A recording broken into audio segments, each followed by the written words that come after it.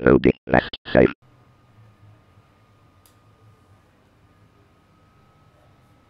Doc Watson here with BiteSizeGaming.com. Welcome to another episode of Load Last Save, the show where we review games that haven't come out yet with the stuff we already have. Tomb Raider. Tomb Raider 2 was the game that I actually grew up on. That was the first game I'd ever played properly. And to this day, 40,000 Fathoms still scares the absolute piss out of me. But Lara Croft has done a lot of growing up ever since she first came out in the inaugural Tomb Raider in 1996. She's definitely matured as a character, she's gone through a lot of cosmetic facelifts, which means that, thankfully, her boobs are no longer traffic cones. And because of finances going down the drain, she has suffered not one, but two reboots. Crystal Dynamics' 2006 effort Tomb Raider Legend was the first reboot, and it did pretty good, all things considered. But it didn't quite work out financially, so Crystal Dynamics have moved on to Square Enix, and are now making Tomb Raider.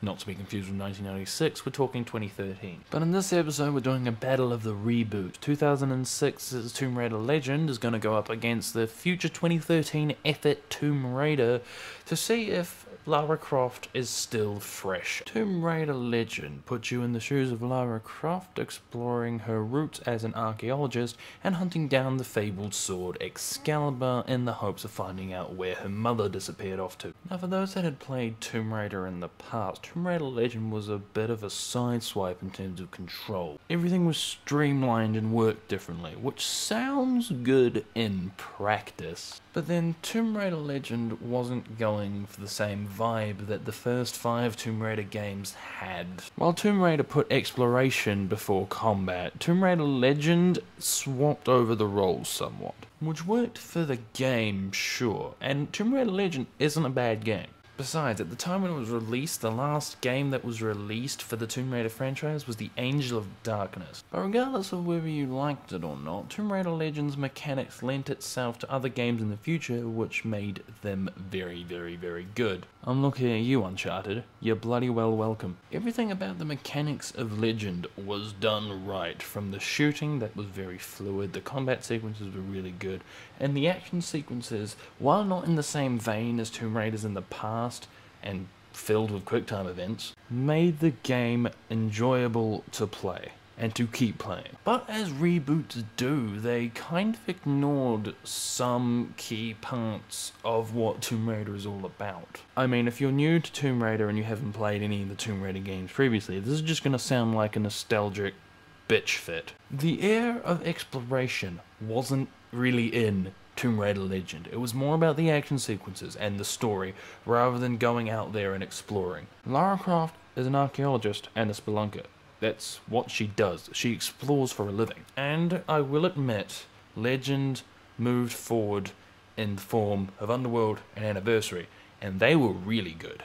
Legend, on the other hand, felt too modern to be considered a true Tomb Raider continuation. I understand that that's not what it was trying to be. I mean, Tomb Raider Legend was supposed to bring new audience to the franchise, and it succeeded very well in that regard. But as a Tomb Raider game, as part of the franchise, it lost a little bit of its exploration roots in trying to garner these new audiences. Moving forward to Tomb Raider 2013, and we're back to true roots. Tomb Raider 2013 is the story of a young Lara Croft being stranded on an island and having to fight for her survival against forces unknown. I wish I could really say more about the plot, but that's essentially all we know. And the new Tomb Raider game is all about starting again. They're disregarding all the work they've done previously and starting from square one, which is great.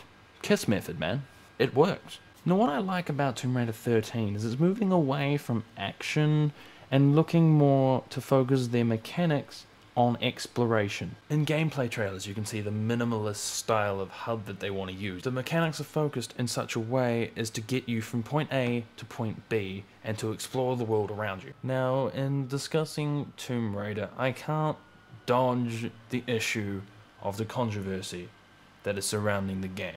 Because, you know, when a game has controversy, shit goes up in flames. Now, if you're not sure what I'm talking about, there is a trailer for Tomb Raider that depicts her as a prisoner, and there is a sequence of events that leads to what looks like attempted rape. And so Lara is forced to defend herself, ends up killing this guy, and that's a very big turning point in the game.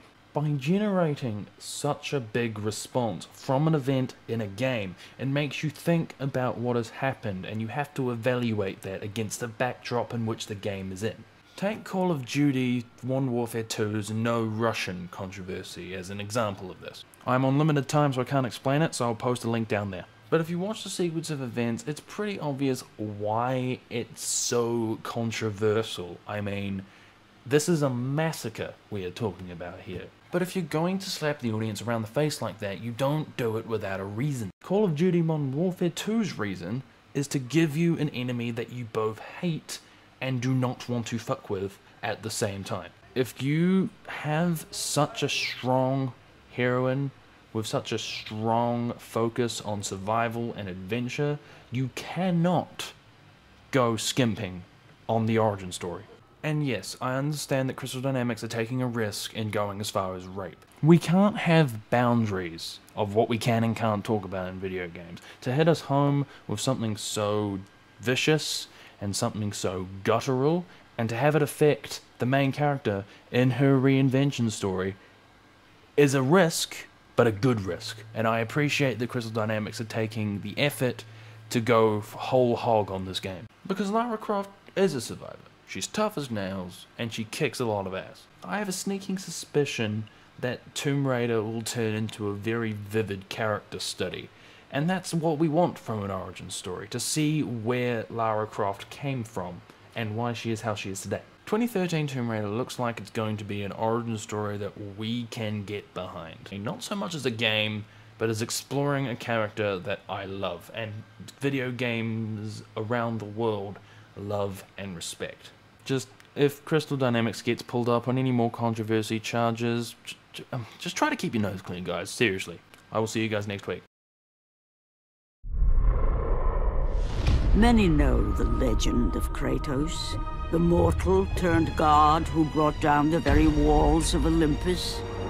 But there was a time before Kratos became the monster known as the Ghost of Sparta. A time when he would no longer be bound in blood.